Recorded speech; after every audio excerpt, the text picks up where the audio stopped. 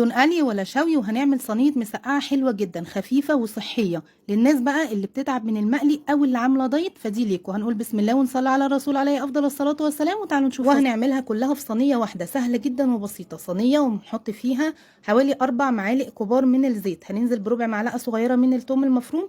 اول ما الثوم يطلع ريحته هننزل بربع معلقه من الكزبره الناشفه. اول ما الكزبره تطلع ريحتها هننزل ب3 معالق كبار من الخل. بعد كده هننزل بطماطم مفرومه في الخلاط، هنبهرهم بملح وكمون وكمان ربع معلقه صغيره من السكر عشان تعادل حموضه الصلصه.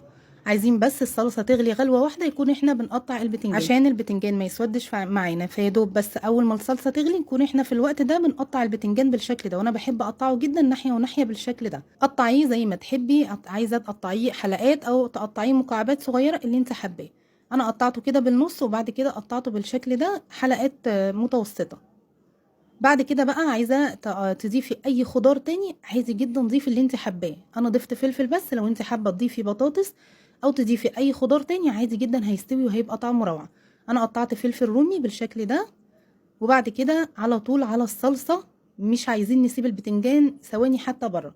اول ما الصلصه تبتدي تغلي، بس احنا مش عايزين الصلصه تتسبك معانا، احنا عايزينها خفيفه خالص بالشكل ده، يعني يا دوب تغلي غلوه او غلوتين 3 بالكتير قوي، ونضيف عليها البتنجان على طول واحنا لسه مقطعينه. هننزل بقى بالبتنجان، واول طبعا ما بنحط البتنجان بيهبط معانا وبيدبل، بيبقى بالشكل ده.